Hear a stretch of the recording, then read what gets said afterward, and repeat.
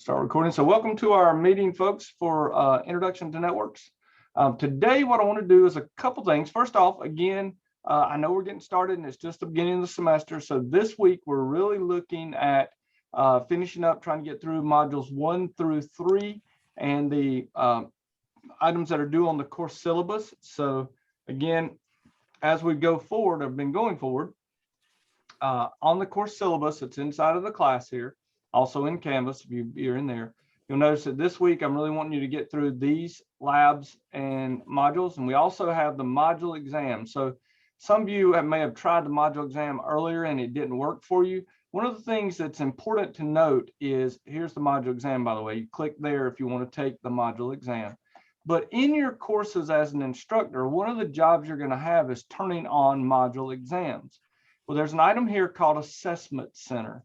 And so what I had to do is I had to turn on the exams for you. And the reason I had not done it yet is because when I turn these exams on, they're only activated for the students who are currently in the class.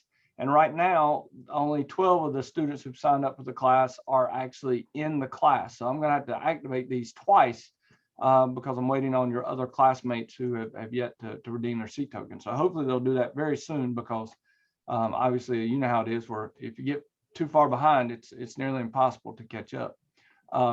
But that's why I want you to realize that this week, even if you're behind, one of the things to be working on is reading modules 1 through 3, or again, you can watch the module lectures that I have placed inside of NetAcad, which are also on my YouTube channel, which are freely available to anyone who wants to use them. And then completing these packet tracers and these labs. Now, what I want to do today is look at, when we're looking at our curriculum, module 1 was just basic networking, and I'm not really going to go over this because it is, quite honestly, if you read it, it is very simply, what are networks, what is a WAN, what is a LAN, what are some of the basics of networks today, some of the network trends like BYOD, security, cloud integration, those convergence, those items, which really convergence is taking place. We've got everything running over IP now. So I'm not going to lecture on that, but I do want to talk about module 2, because module 2 takes us directly into how do we configure an actual device, a Cisco device. So when we're looking at Cisco devices run an iOS. They run the Cisco iOS. Folks, give me 1 second. I will be right back. I've got to go grab something I forgot to get. So hold on 1 second. I'm going to turn my video on. I want to show y'all something that's pretty amazing. I realized last week, obviously I was on vacation. So I was up at Virginia Beach. And one of the things that happened is, you know how Google reminds you of things that took place. That's me 5 years ago. So 5 years ago, I was relearning how to walk after being hit by the truck. And I will tell you that, believe it or not, it's a whole lot harder to learn how to walk than what you think it is. So if you've got kids that are learning how to walk, trust me, it's harder than it looks. But I give the glory to the Lord, because otherwise that's the only reason I can walk, is because of His grace, most definitely. So let's talk about iOS. The iOS is an operating system, and by iOS, it's capital I, capital O, capital S. And it is an operating system that runs on Cisco devices. It provides access to the hardware through the kernel, and then the shell, which we access in multiple ways, but mostly we access it through what is known as the command line interface, or CLI. I pick on the guys that work with me and call them GUI babies, because they all like to use graphical user interfaces, and there's nothing wrong with graphical user interfaces, but I make fun of them. We use mainly the CLI for accessing our devices. And what I want to show you today, I'm going to have to actually go back, turn my video back on and stop my share again, is the reason I walked in the other room is because I want to show you how we normally access a piece of Cisco equipment. If we were in the real classroom together, I would have Cisco switches. This is upside down. It's a Cisco switch. And we would be accessing it using the console port. Now you'll see right there, there's a little port on the back of the switch that says console. And on this particular device, it's an RJ45 connection, and it's in ugly Carolina blue. I went to NC State, so that's ugly Carolina blue. Kelly, is that a low-end Ethernet switch? It is. This is the 2960, which is the basic switch that is actually used. Yes. So I'm nostalgic because I worked at NHD, IBM Network Hardware Division. That's the switch that Cisco bought us out with. Well, it's still in. Hey, it's still. That's my project right there. Yeah. I tell you a funny thing, Benjamin. This device goes end of sale October 31st of this year. Really? It does, and then they support it for 5 more years. So basically, it's a dinosaur. Yeah, it's but it's still, for what we do for CCNA, especially, it works great. Okay. But it'll be in Cisco will support it and will, hardware, redeem it and everything up to 5 years past October 31st of this year. So basically, I'll be retired before this switch is actually end of life. Wow. But it's kind of crazy. But you look at this on the back, we've got a console port. Okay. So what we typically do is these used to ship with every single piece of Cisco equipment. So it's a DB9. So you can connect your console DB9 to an RJ45. So you would connect this to your serial port on your computer, and then you would take this RJ45 and you would connect it into the console port, like so. All right. Now on newer devices, we actually now have USB connectors. Okay, so it's USB to a micro USB. But now on these older switches, they don't have it. So on new devices, I don't even know if I have. I think I've got right back over here a Cisco ASA.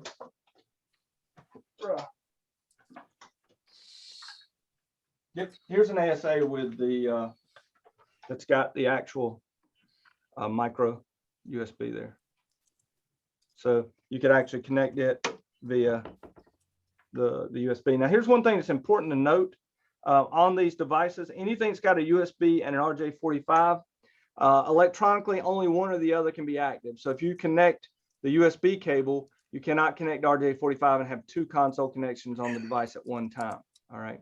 Now, folks, this is what is called console or out of band management. By that, I mean, I'm not going across the network to connect to this device. I have to physically be able to place a cable into the device on the console port. So this is out of band management.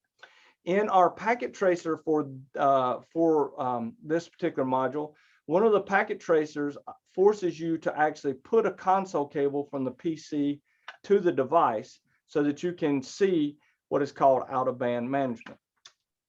One thing I will warn you about when you start to buy equipment, it used to be that every single piece of Cisco gear that shipped with a console cable. That is not true anymore. You actually have to order console cables if you do not have some around.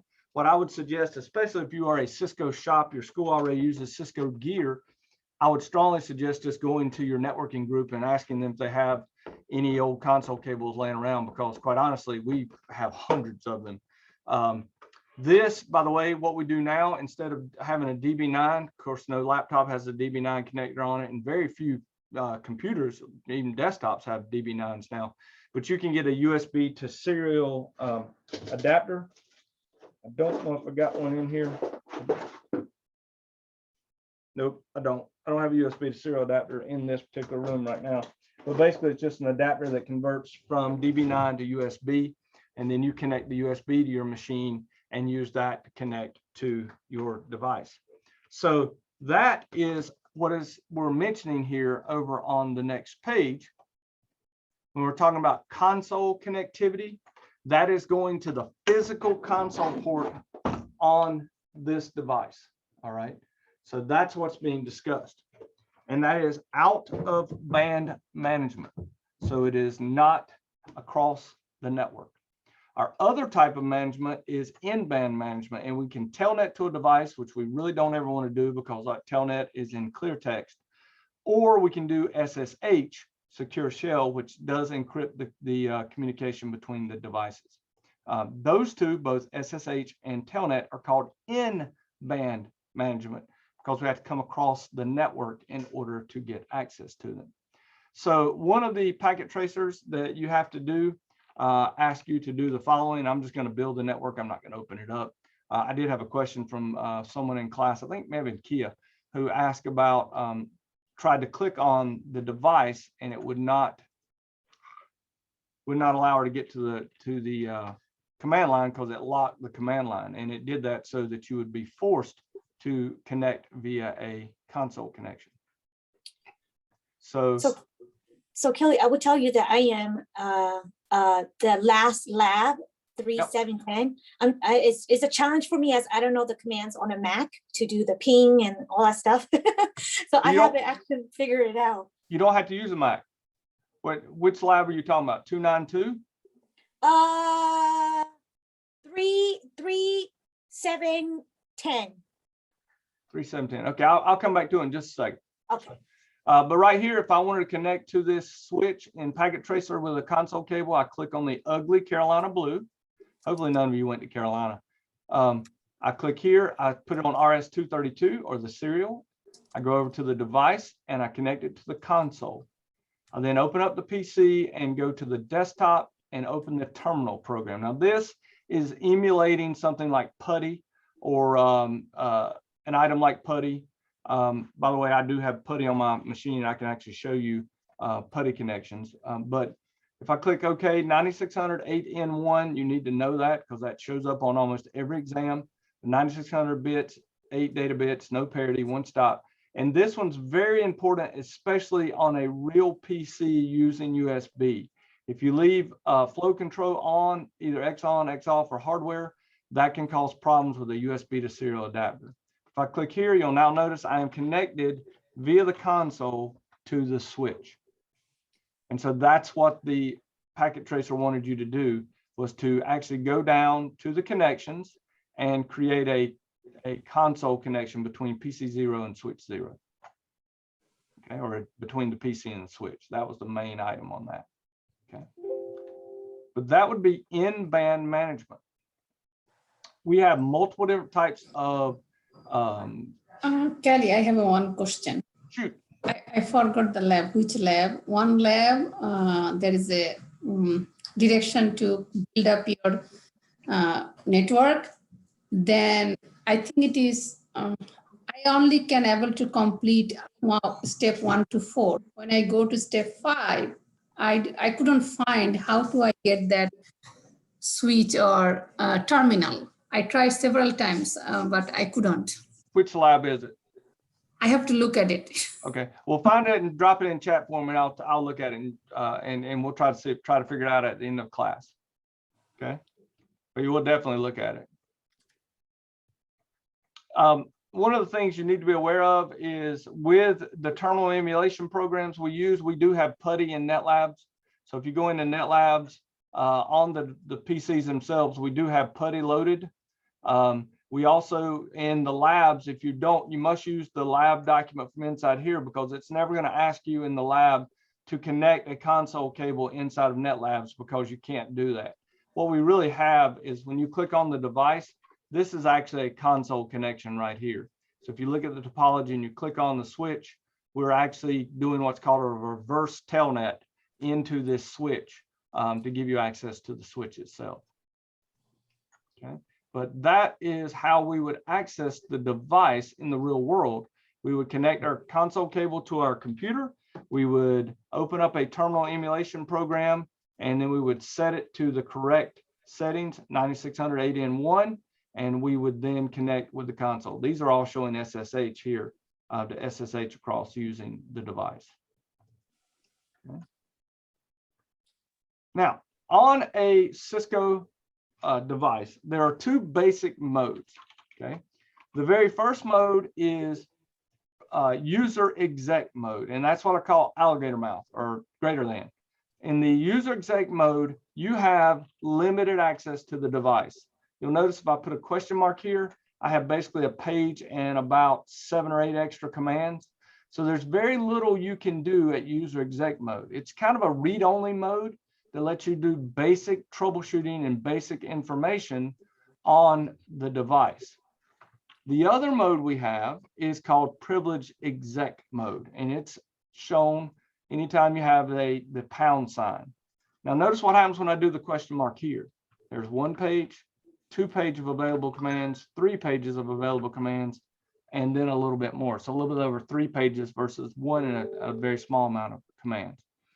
In privilege exec mode, we have full control. We can administer the device. We are pretty much saying that we have root level access. That's what they are referencing here with the 2 primary modes on all Cisco devices. This is true for routers and for switches. We then have all types of different sub modes. I put in configure terminal.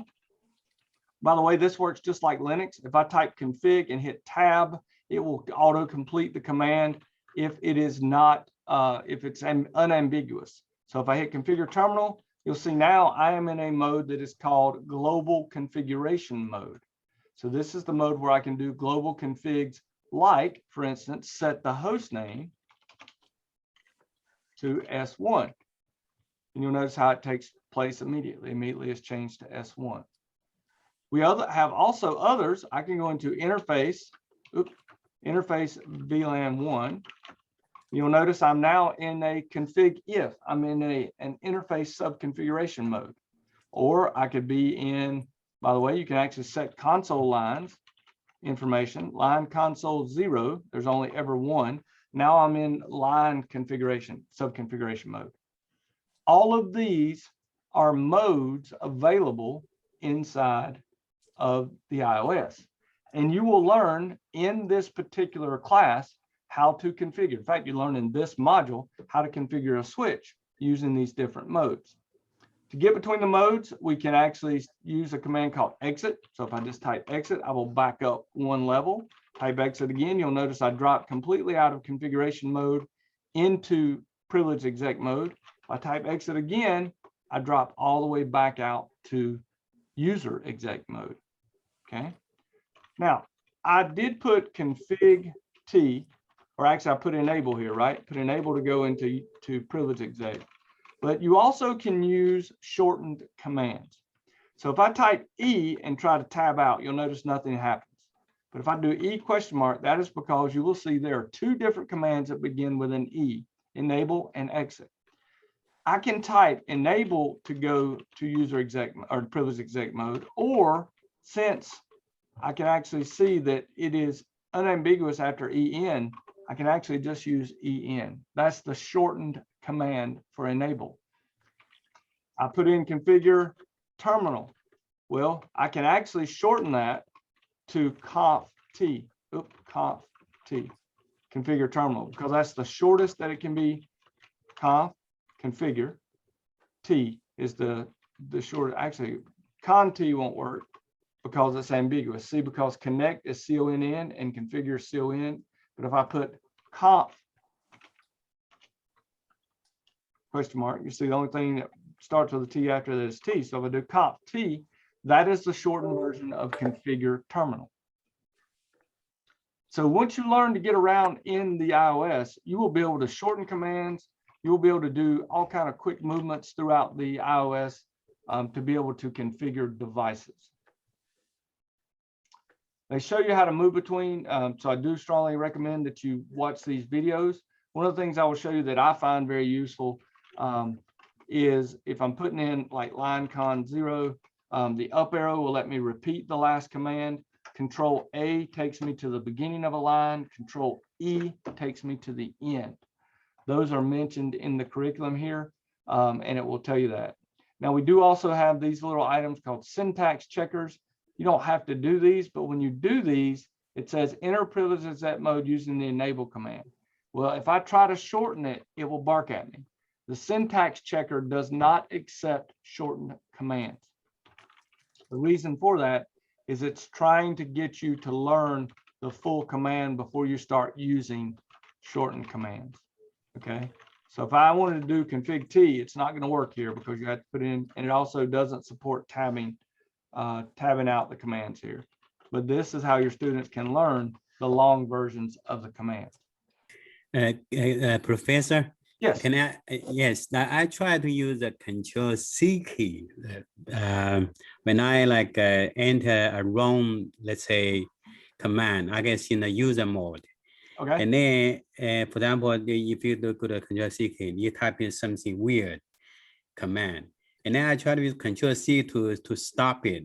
It just won't stop. It said it try to figure out what is the IP address. The domain Yeah. is.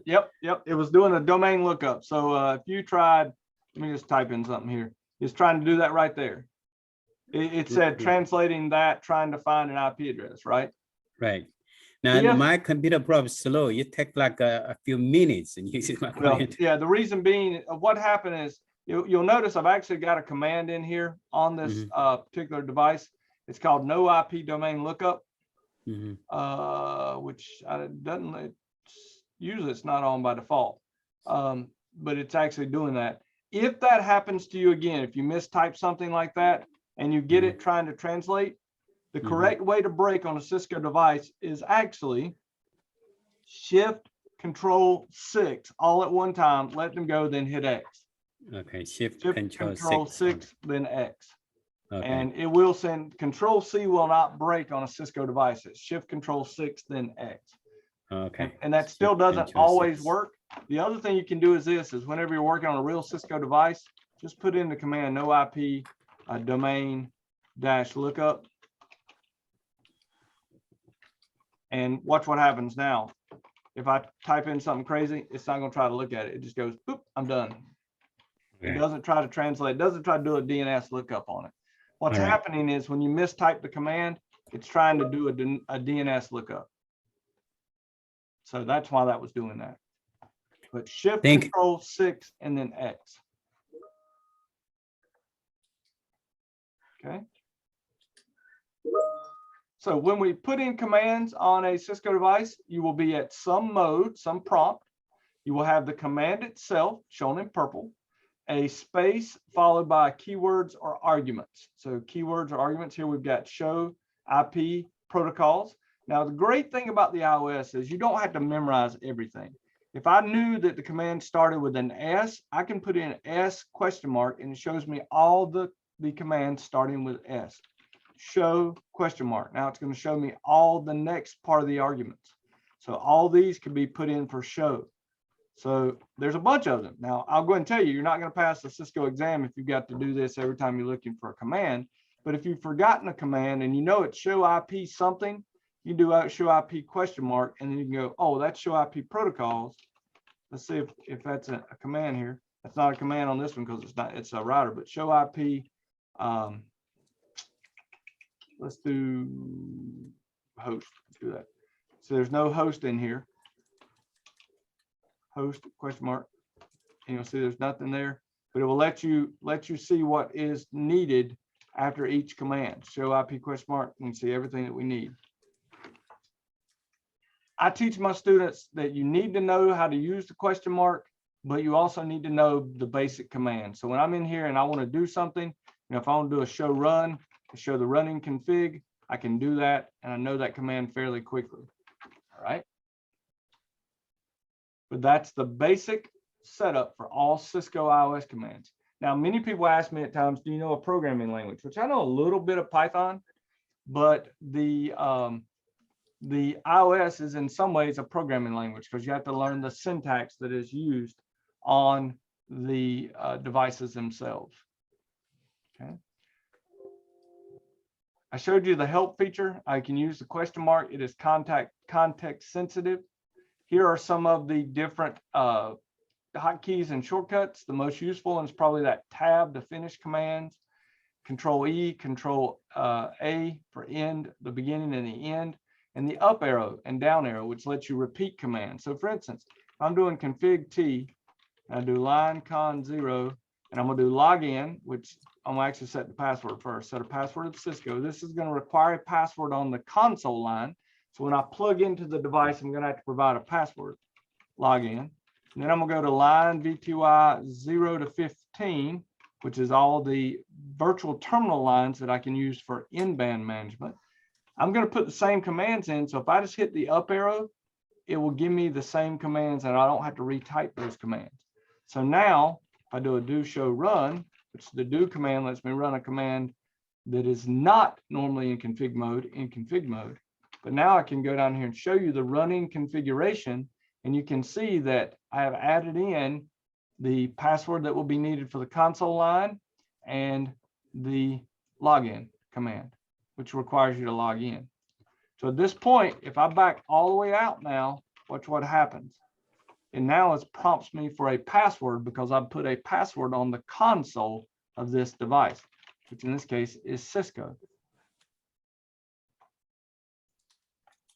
Okay. This packet tracer right here was just to get you to navigate the iOS. It just has you playing with the devices in packet tracer and learning how they're supposed to work. This lab right here is really difficult for us to do because we don't have TerraTerm. Now, if you have a local computer, you could do it. You also could do lab 238 in packet tracer if you don't have gear locally. This one we cannot do in NetLabs because it requires you to literally connect the device. So if you're doing this one in packet tracer, lab 238, it'll open up for you. And it's going to ask you to actually go through the process of doing this by connecting to the devices. So you're going to actually pull a PC to the table. All right. And then you have to connect the blue rollover cable, and they'll walk you through the whole process. RS-232 port to the back of the switch, which I got to pull the switch over here too, which I haven't pulled over yet. So you have to actually connect it, and I have you do all that. So this lab tries to simulate real gear and what you would do with real gear.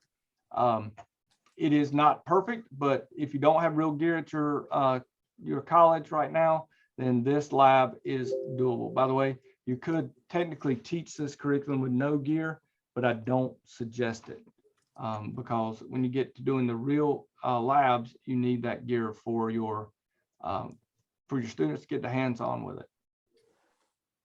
Okay. So what do we need to do for a basic configuration on a Cisco switch? Go ahead. You have a question, Kia? Oh, I'm sorry. I thought I was muted. I'm so sorry, Kelly. That's okay. It's no problem. I just want, if you had a question, I want to be able to answer it. So basic switch configuration.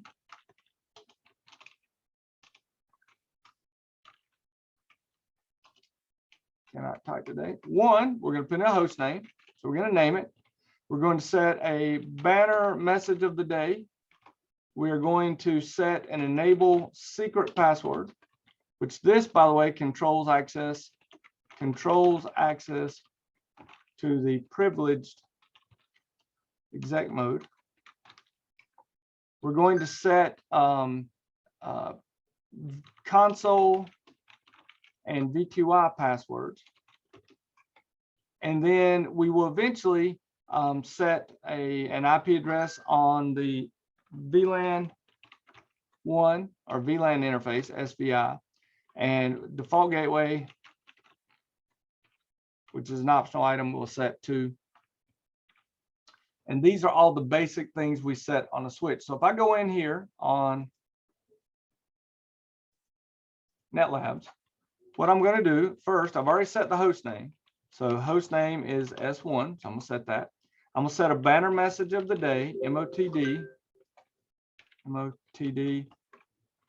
Now, you need a character that is your delineating character. So if I put that, anytime I put that character again with the pound sign, it would actually stop my banner message of the day. So I'm going to do a little ASCII art here. Golly, y'all folks, sorry, but looks like my cameras. Okay, I see what's happening. My wife doesn't realize the cameras are armed in the house and she's in the house. So it's just dinging. So fix that. But I'm going to put in a couple more things here. You shall not pass. By the way, while I love Lord of the Rings, and I love that scene with Gandalf on the bridge, it is very important that when you actually set in the real world your banner messages of the day, that it is a legal message created by your legal team. There have been cases where people got away with breaking into routers and switches and networks because the banner message of the day said welcome. And they said, well, look, Judge, they basically welcome my client in. So be very careful with these so that they are not something that can be used against you. So I wonder how do you change the line? You start with the pound sign and then dots and then stars. How do you change the line over there? Look like when you enter the key, you finish the command, right? Right. Any command, whatever you put after the space from the banner message of the day, this is called the delimiting character. Mm-hmm. So anything that you put between that character and that character again will be put on the screen as your banner message of the day. So, I understand that part. I wonder how do you change the line from the pound sign to the next one and text message? You just press that. Just press enter. Just press enter. Oh, okay. I saw that if you press enter, you finish the command. Yep, just press enter and it goes right there. Okay. Now notice, like I said, if I do this, let's start again. So if I start using this and I accidentally put the pound sign, watch what happens. See how it stops my message. Okay. I see the point. Yeah. Okay. So banner message of the day. Now, hey, I can make it the letter C could be the character. And as long as I didn't put the character C in here, I can put anything I want, but as soon as I put C, it's going to end it. So the character doesn't matter. We just usually use the pound sign because it's not something we normally put. We don't normally put that in a message. So that's just the delineating character. So whatever you put in there will be used to start and stop. It's like a start-stop character for the banner message of the day.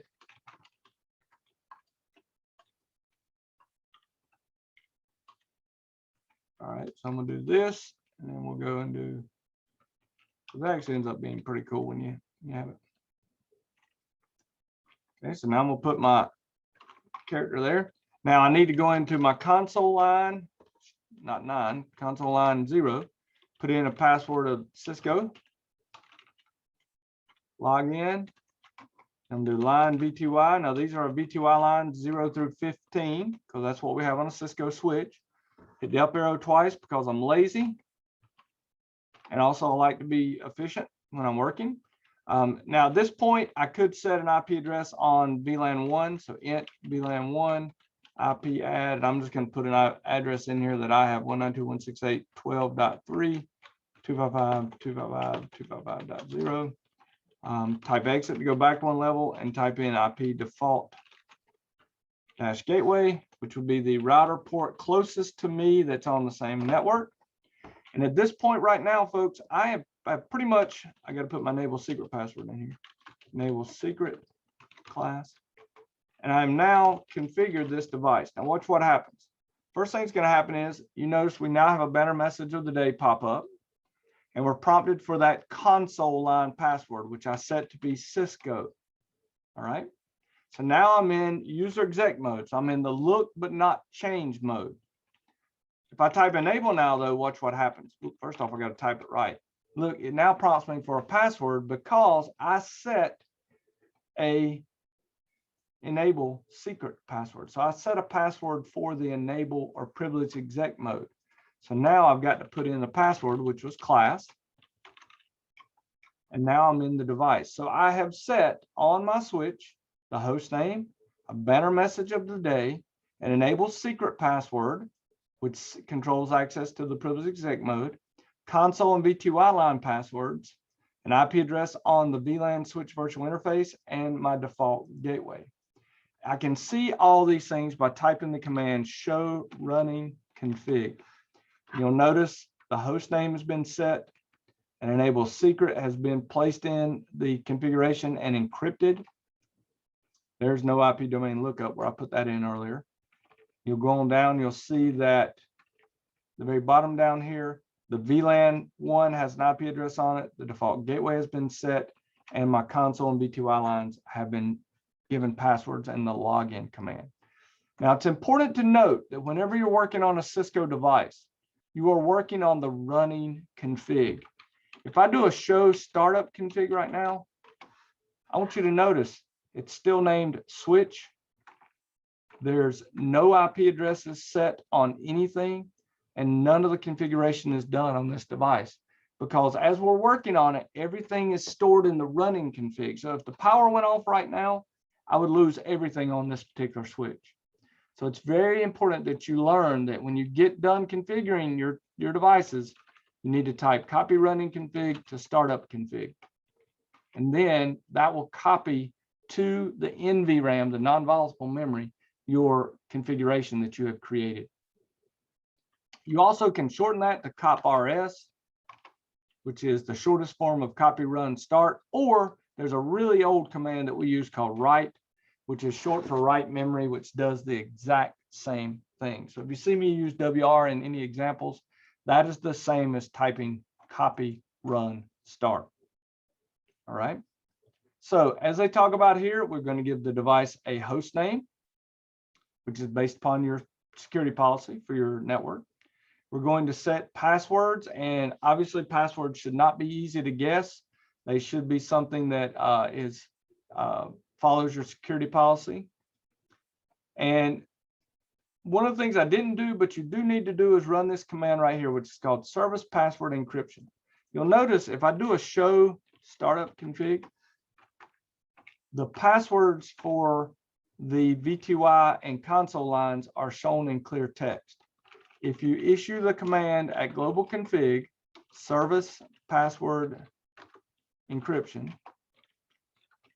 by the way, I do a do show run because that way I can do a show run inside of here. But you'll notice now those passwords are encrypted. Now this is not a strong encryption. The only thing this does is prevents someone from shoulder surfing and getting your password by looking over your shoulder. All right. Now I would still need to do a copy run start, but watch what happens if I try to do a copy RS here. It says it cannot do it because I'm in global config. Well, I could drop all the way out and then do a copy run start. Or I'm going to teach you a real world trick. If I'm in here under config T, if I need to run a command that's normally not a configuration command, just type do and then whatever the command is. So copy RS, and now I can run that command inside of configuration mode without having to leave my configuration mode. Good little trick to save you time and make sure that you're able to be more efficient. Here's the banner message of the day. Again, they're using the # as their delineating character. And that is the basic configuration. Now, once you run it, once you've done the config though, remember it's only in the running config. You cannot have that survive a power off until you do a copy running config to starting config. So that will allow you to save the configuration. You also can export the configuration. What I typically do when I'm doing that instead of what they're doing is I just do a show run or show start, either way. And I just, whatever program I'm using, I go and grab the configuration file and just copy it. I can copy. And then you can play with it in Notepad or do whatever you want to do in Notepad with that config. Plus you can save a copy of it. I copied it out. And you can save a copy for your network documentation. Okay, so that's how you can actually have those configurations saved outside of the device. There are ways also you can, later on you'll learn about using TFTP to TFTP your configuration to a TFTP server and save it via that method. Okay. Now we have a packet tracer here that walks you through the initial switch configurations and settings. In fact, the way most of the entire curriculum works is this. Typically, we have in every one of our different labs, we'll have a packet tracer, and that packet tracer will ask you to perform certain tasks. So you'll notice here, it asks you to do the base configuration, verify the default switch configuration. So we go in here and you try to click here, you'll notice it open it up and you can look at the configuration. You'll notice that this walks you through what you need to do. It tells you exactly how to do it. Do show running config, give it a host name, set the line console to let me in. And you also notice as I'm doing these things, Okay, so I go into enable, config T, host name, S1, I believe it was. You'll notice that I should be getting points in the activity. Okay, so I got 6% completion. Right here under check results, if you ever want to know what you have forgotten to do or you didn't do correctly, you click check results and go to your assessment items. It will show you all the things that you have not done correctly. One of the things I want you to notice too is packet tracer is very, very binary. The password it wants is let me in all lowercase. If you do it anything other than all lowercase, it will not give you credit for it. So be aware of that. So if I go to line console, line con 0, type in login and then do password, let me in. You'll notice now if I go back over and look, I should have 18%. So see, the items I've completed correctly are going up as I do them. When you do these packet tracers, I want you to get to 100 percentage points when you're doing these before you turn them in. Okay. Any questions about those packet tracers? Because here's the neat thing. Once you've done this packet tracer, you'll notice the hands-on lab in NetLabs uses the same topology, and you basically go now and do this same lab on a real Cisco device. So we have the labs we're doing in packet tracer that teach us the base commands and walk us through those commands. Then we go and redo the lab again on our real gear inside of NetLabs. So you get a chance to practice it in the simulation, and then you also get a chance to do it inside of a real Cisco device. IP addresses, hopefully you know what an IP address is. We're going to go over those a great deal as we move forward. But in this particular case, we're going to talk about how you assign an IP address to a device so that you can have connectivity to them. You'll notice over here on this router, or this switch, I gave it the IP address of 12.3. So I'm going to go to PCA. I'm going to assign it the IP address. Now, what is an IP address? Can anybody give me an analogy for what, if someone said, give me an analogy for what an IP address is, what would you say? What would be your example you would use?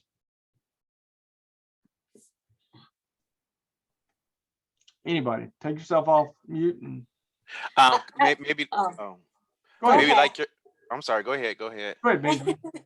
Benjamin, give me yours, and then Kia, you give me yours. So Benjamin, go first. I want to say it's like your address, your It street is. address, but online. Yep, it's like your street address on the network. Kia, what were you going to say? I was gonna say it's like exactly what you just said. Street address, the number on your house. The number on your your house. That's Yes. excellent. Excellent. So it's your house number on the internet, basically.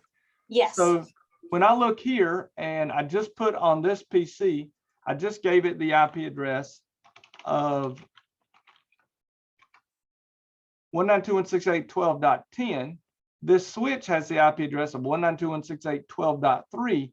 Basically, I'm saying both of these houses are on the 12th street. This device is at house number 3. This device is on 12th street at house number 10. Now, I'm going to try to prove that I can get that they are on the same street. So if I do 12.3, if I get a response, which hopefully we'll get here in a minute, but it usually times out and then it's good. There it is. You'll now see that I was able to ping from 12.10 to 12.3. So I just proved that switch 1 and PCA are both on 12th street and have connectivity to each other. That is really what an IP address is. It's just an address that you can use. Now, if I set up, you'll notice that I've got the VTY line set up. So I can actually now telnet over to this device. Now, we know telnet is very insecure, but I'm still going to show it to you because it is something we can do. But inside of PuTTY, just click yes when it asks you for that. Inside of PuTTY, I can say telnet. I want to telnet to 192.168.12.3. And you'll notice it's going to prompt me, you shall not pass. It prompts me for the password, which is Cisco, because it's the VTY line passwords. And I am now connected to switch 1 in band through telnet. So I have now I have full access to this switch. Now, the bad news is, though, I just sent my enable secret password across the network in clear text because I sent it with Telnet. So if I had actually been running Wireshark, I could have captured the password and replayed it and showed you what the password was. So we don't use Telnet, we use SSH. Now I'm gonna enable SSH very quickly just so you can see the difference. But with SSH, you got to set a domain name. That's required for the seed key. You got to do crypto key generate RSA. I use a 1024 modulus. Takes a few seconds here I got to set a username because we require username, admin pass Cisco line B2I 015 transport input SSH login local. So I had to change it a little bit, but now what you're going to notice is I can go to PCB and I can now actually connect via SSH to 192.168.12.3. Oops, 192.168.12.3. You'll notice it's going to ask me, are you sure you want to cache the public key? Yes, I do. And then now it's going to ask me who I want to log in as. And you'll notice I'm in the switch now, but I did this using SSH, and anything I send between these two devices now is encrypted, so we don't have to worry about it being intercepted. So I'm doing in-band management, but encrypted through SSH. You're going to learn how to do that as we move forward. In fact, later on down here in building a small network, you learn how to do SSH configuration. So excellent. Very, very good. So we can put an IP address on a host. I just showed you how to do that on the PC. So going in and doing a static IP address, you can do DHCP, and you probably most of your devices in your network use DHCP. But our networking devices like switches, we statically set the IP addresses on them. Okay. And we do that right here with a switched virtual interface on the switch. Now, this is because when you look at a switch, there's no port on a switch that's designed for you really to plug into and put an IP address directly on that switch. So we have to use what's called a switch virtual interface. This curriculum shows you putting it on VLAN 1 in CCNA 1, this Introduction to Networks class. Real world, you're going to learn we never put the VLAN 1, we never put the IP address for the management on VLAN 1. We put it on a different one. So we're going to teach you the basics, and then we're going to teach you more advanced as we move forward in the next class. All right. Verifying connectivity is just using ping. That's what I showed here, and that was what I was trying to show you with this, is that we can just do pings to prove that we have connectivity across these different devices. All right. Now, what's this? Here's one thing you're going to learn. How fast can you configure a device? Well, you're going to learn that you can configure pretty much, especially if you do a cheap banner of the day, stay out. Instead of doing all those, someone's unmuted. I don't know who it is. Benjamin, you're unmuted if you don't mean to be, but Okay. You're fine if you want to be unmuted. I definitely want y'all. Anybody who has a question, please ask. 0 login. So I found which this is I able to complete the NetLab 2.9.2, but I have a difficulty for the packet tracer. Same, we have a same lab with the NetLab and the packet tracer, right? So I can able to complete 50%. And after 50%, I don't know where I'm doing the wrong, and I couldn't figure out. Okay, well, give me 1 second, and I'll let me drop out, exit.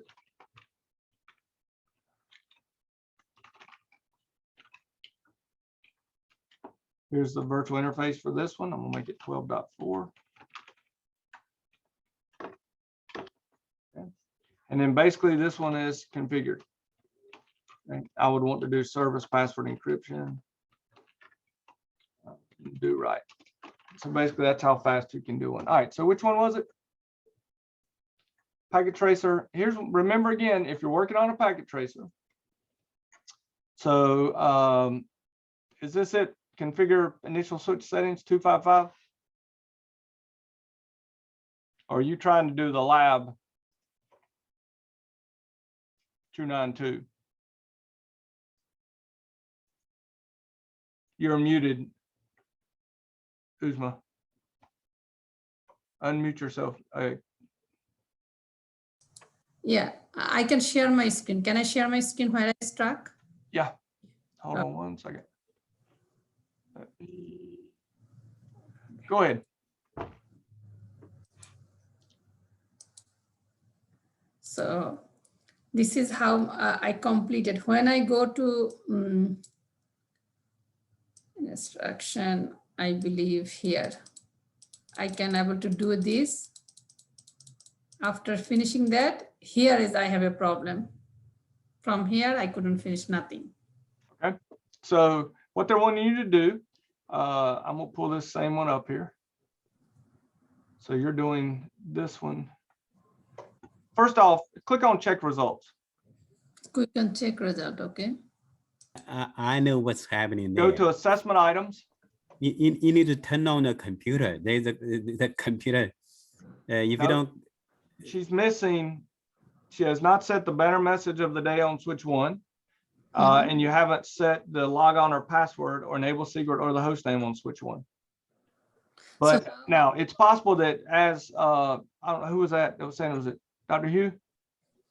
Or who was it that was? Yeah, It yes. is possible that you have not turned on the computer. So click close, Where is bottom right hand corner.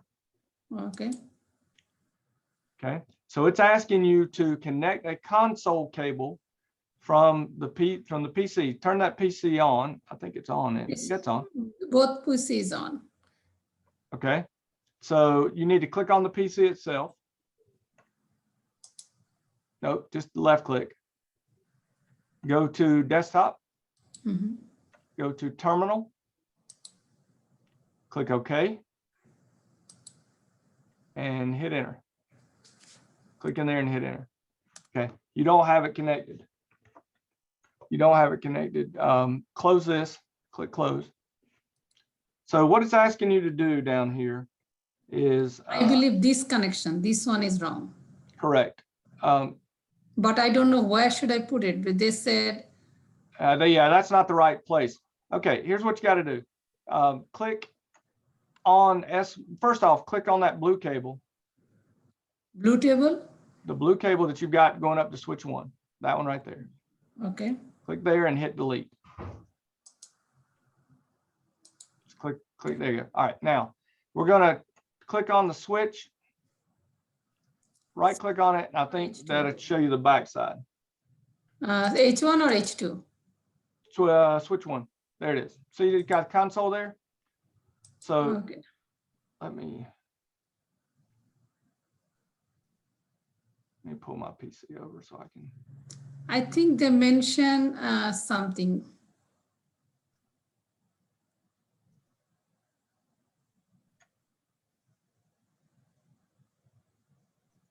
There it is. Okay. What you got to do is this. All right, close that right there. Okay. Okay. So grab your blue cable, grab your console cable. Okay. Go down to the PC. Go down to the PC. Okay. Click in RS-232 port, which is there on the front. All right, click there one time. All right, now Okay. go back up. Right click on switch 1. Right click, right? Right click, inspect rear. Inspect rear. That's one maybe. Click on console. You were putting it in the wrong port. Now Yeah. you're in the console port. Now go down to the PC. Click on it. Click on terminal. And click OK. And hit, there you go. Thank Now you're you. in. Thank you so much. Yeah, that's it. Now, the thing about this, what they're trying to simulate here with this packet tracer physical mode is they are trying to simulate that you're in the classroom literally connecting. You remember at the very beginning, I don't know if you were here at the very beginning where I showed connecting to the actual back of the device. You may want to go back and see that if you were not in class at the very beginning. Yes, But I had a class before. yeah, that's okay. That's okay. But that's what they're showing here. They're basically showing that when you want to connect to the switch, okay, so I'm gonna put this other PC over. If I want to connect the console, you connect it to the RS-232 here. Mhm. You right click on the device to inspect the rear and then connect it to the console port. And then that way now I can actually, if I turn it on, this one's not on, I can turn it on, I can actually go to the terminal and connect to that. Now we're in we're in out of band management for this switch. I have one more question. Suppose Okay. you need another console cable, right? Can I add it? What do you mean? Suppose I believe in some way it will say the connect here to switch that, right? Right. Too, but I don't have a cable because I deleted. Should I need to redo it or? There should be a way to, there is a way in the logical mode. I cannot go there. No. If you deleted that cable, I don't think you can, because You can just start from a new package. yeah, you'd have to start from a file. new, if you delete Yeah, that that's cable. one I was thinking. Then I have to do it again, everything again. Yeah, but it's not that much, because I mean, you just had some basic things here that you were doing. Yeah, I finished the lab. That's one good things. Yeah. Well, and that is, you notice once you do that lab though, you're redoing the same lab pretty much in NetLab so that you're able Yes, to do yes. that. Yeah, it helps to finish the packet tracer lab. Then I assign that all the instruction, all the writing thing is the same, but memorizing is very difficult. Yeah. I did have a question. Someone was asking about on the labs themselves, like this content, if there's a question being asked in the lab. Remember, you can download these documents, and if you've got Word, you can open this up using Word. So you can open these if you have Word on your machine. You can open it in Word, and then they will convert it to a Word document, and you're able to work with it and type in, and then you can upload it into the link for our class. So I have one more question. Can I Okay. upload to file? Maybe I forgot to answer some question because when I'm too much excited to finish the lab. Okay. So can I upload to file? Yes. Oh, yes. Yes. In fact, you can do that too. If you don't, for some reason, you don't want to mess with converting this to a Word document, like these reflection questions here, just put those reflection questions in a small Word or Notepad document and upload that. That's fine. All of these uploads that I have created allow you to upload more than one item. So I have one more question. So NetLab, what should I submit? I did not submit anything in the net. I would like for you to submit at least the document. So submit this document. Where should I submit? In the link for that right here. Oh, that's one I submitted. I thought inside the lab I have to submit. No, not inside the lab, right here inside of our class on NetAcad. Okay, I submitted that one. Yeah, that's all you have to submit here is just either the answer to the questions or this document that you converted to Word and answer the questions. I just copy paste the and then I write my answer. And that's fine too. That's fine too. Okay. So thank you. Thank you so much. no problem. Any other Kelly. questions? Kelly, so we have Yes. to do the packet tracer for 292 and the NetLab for 292, correct? No, you do not. You can do just the NetLabs. Oh, okay. So It's either or. If you want to do both, you can, but the only one I'm requiring is the actual NetLabs. oh, okay. So I don't have to do it. It wasn't working for me last night for some reason. Today it's working. So I didn't do it, but I did do the NetLab piece. Okay, that's fine. That's fine. As long as you do One more question. So chapter 3 is due this week or is it already due is over? it's due this week. We're actually working on 2 and 3 this week. So Okay, one more question. I downloaded Wireshark. So if I need help, I will send you email, right? yeah. I just installed, but I did not check anything. Okay, okay, Yeah. thank you. Yeah, that's fine. That's fine. Yeah, this week we're working through. By end of the week, this week, you should be done with chapters 1 through modules 1 through 3. Oh, Okay. All right. Any other questions? I've got to jump, folks. I got a meeting actually with the Virginia State University here in just a moment, so I need to run over to that. Any other questions? Thank you very much, everyone, for being here. Please do send me any questions you have, and we will do our best to try to answer them. So I'm gonna stop.